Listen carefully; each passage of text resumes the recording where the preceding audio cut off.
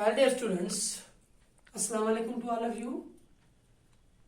Dear students, I hope you all would be very well. So, today is dated 12/9/2020. Today, I have taken both the classes, 9th and 10th, combined, because I think it remains better for you both the classes. I have some tips for exams which I want to share with you. तो सबसे पहले शुरू करते हैं हम. Class 9th and 10th combine लिया है. Subject हमारा साइंस है. टॉपिक जो है that is preparation tips for class 10th and 9th students. तो प्यारे बच्चों, चूंकि आपका एग्जाम आ रहा है तो एग्जाम के लिए आपको इन टिप्स की बहुत जरूरत है. मैं समझती हूँ कि मैं पढ़ाई के साथ साथ आपके साथ ये भी शेयर करूं ताकि आप इससे भी अवेयर हो सको. As you know, myself Sheikh Sharmila, master high school Dildar Bhatpora. तो आप थोड़ा सा इसकी तरफ खास ख्याल रखो, खास ध्यान दे दो. हमारा जो आज का है ये बहुत जरूरी इंपॉर्टेंट चीज है. इसका सबको पता होना चाहिए बच्चों को, कि कोई बच्चे ऐसे होते हैं जिनको इस बारे में कुछ थोड़ी सी नॉलेज कम होती है, लेकिन हमने आज इसको थोड़ा क्लियर कर देना है. तो मैंने यहाँ लिखा हुआ है कि जो प्रिपरेशन टिप्स है it has 3 parts. It has 3 parts. जो हम प्रिपरेशन टिप दे रहे हैं ये क्या है? 3 पार्ट्स है.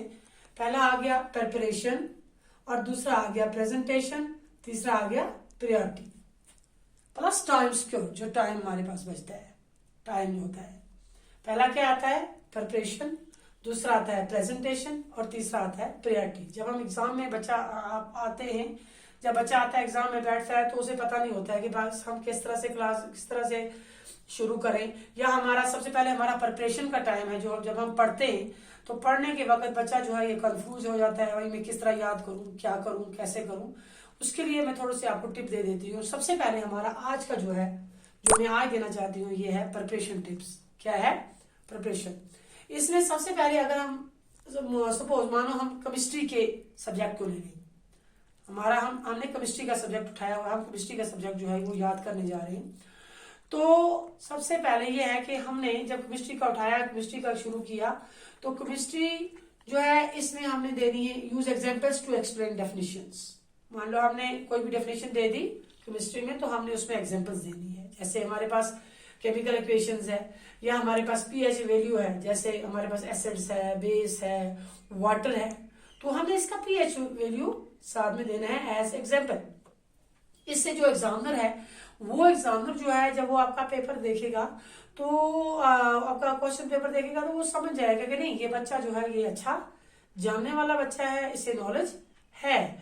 तो इसलिए आपको जब आपने केमिस्ट्री का पेपर उठाया, जब आपने केमिस्ट्री को शुरू किया, तो आपने इस तरह से पहले क्वेश्चन को याद करना है इस तरह, ताकि आपको इसमें एग्जांपल्स और डेफिनेशंस वगैरह सारी याद होनी चाहिए. पीएच वैल्यू आपको पता होना चाहिए, वाटर का, एसिड्स का, बेस का, सारे का पता होना चाहिए. जब आप एग्जाम में जाएंगे तो आप उसके इस तरह से क्वेश्चन का आंसर लिख सकते हैं.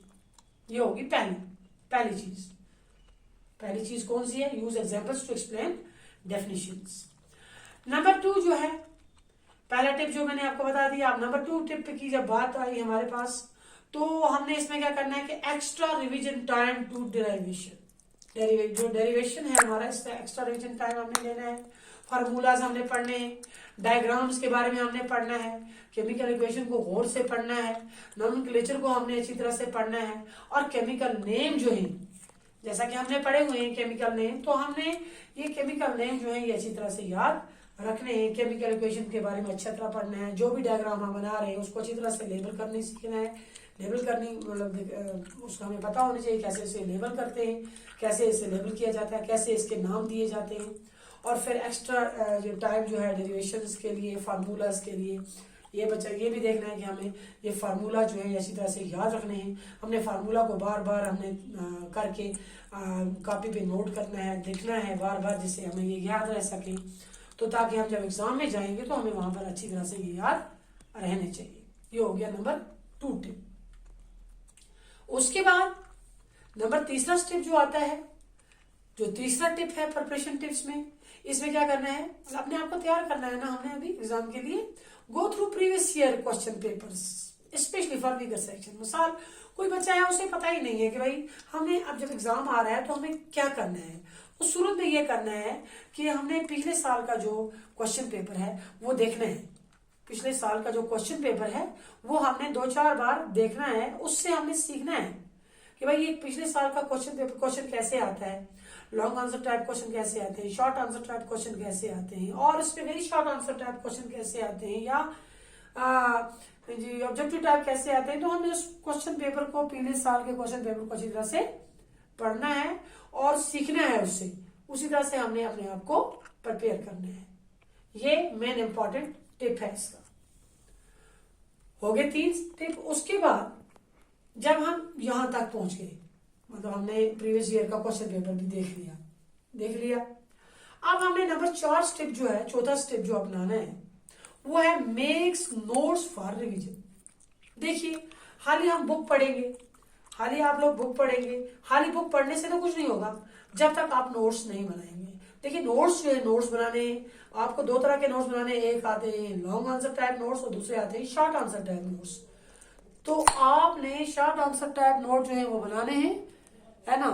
और उसमें क्या करना है कि जब शॉर्ट आंसर टाइप नोट्स आपने बनाए तो उसमें यह है कि आपको लॉन्ग आंसर और शॉर्ट आंसर टाइप दोनों नोट्स, दोनों किस्म के नोट्स जो है वो आपको किसमें काम आएंगे, रिवीजन में। किसमें काम आएंगे, रिवीजन में। जब आप रिवीजन करेंगे, मान लो आपके पास इतना टाइम नहीं है आज कि आज आप पूरी बुक को दोबारा रीड कर सको, तो आपने नोट जो बनाए हुए हैं, जो नोट है, नोट से आप सारी किताब का रिवीजन कर सकते हैं। आपको पूरी किताब उठाने की जरूरत नहीं है, आपने नोट बनाए हुए हैं, उससे आप पूरी किताब को रिवीजन कर सकते हैं, शॉर्ट आंसर्स के लिए भी और लॉन्ग आंसर्स के लिए। उसके बाद हो गई ये चौथी बात। उसके बाद नंबर 5 टिप जो है हमारा वो है don't restrict yourself to only NCERT books, use other books also. देखिए हमारे पास एनसीईआरटी बुक्स भी हैं और हमारे पास सीबीएसई की भी हैं, और भी हमारे साथ है, हमारे पास बुक्स होती हैं। तो हमने ये रिस्ट्रिक्ट नहीं करना अपने आप को, खाली ये नहीं करना कि नहीं हम खाली एनसीईआरटी बुक्स को पढ़ें। अगर हमारे पास कोई दूसरी बुक्स अवेलेबल हैं, हम उनको उनसे ही पढ़ सकते हैं, उनसे भी नॉलेज गेन कर सकते हैं। तो ये चीजें जो है, मतलब ये चीजें जो है, ये टिप जो है, ये 5 टिप ये हमने लेने हैं, ये हमने लेने हैं। तो इसमें ये है कि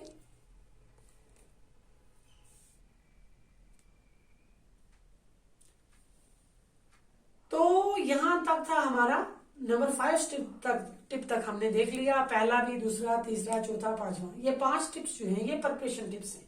हमने अपने आप को तैयार कैसे करना है एग्जाम में। जब आप एग्जाम में आओगे तो प्रिपरेशन करनी है ना, उसके लिए आपको, उसमें आपको ये 5 टिप्स को आप अच्छी तरह से देख लें।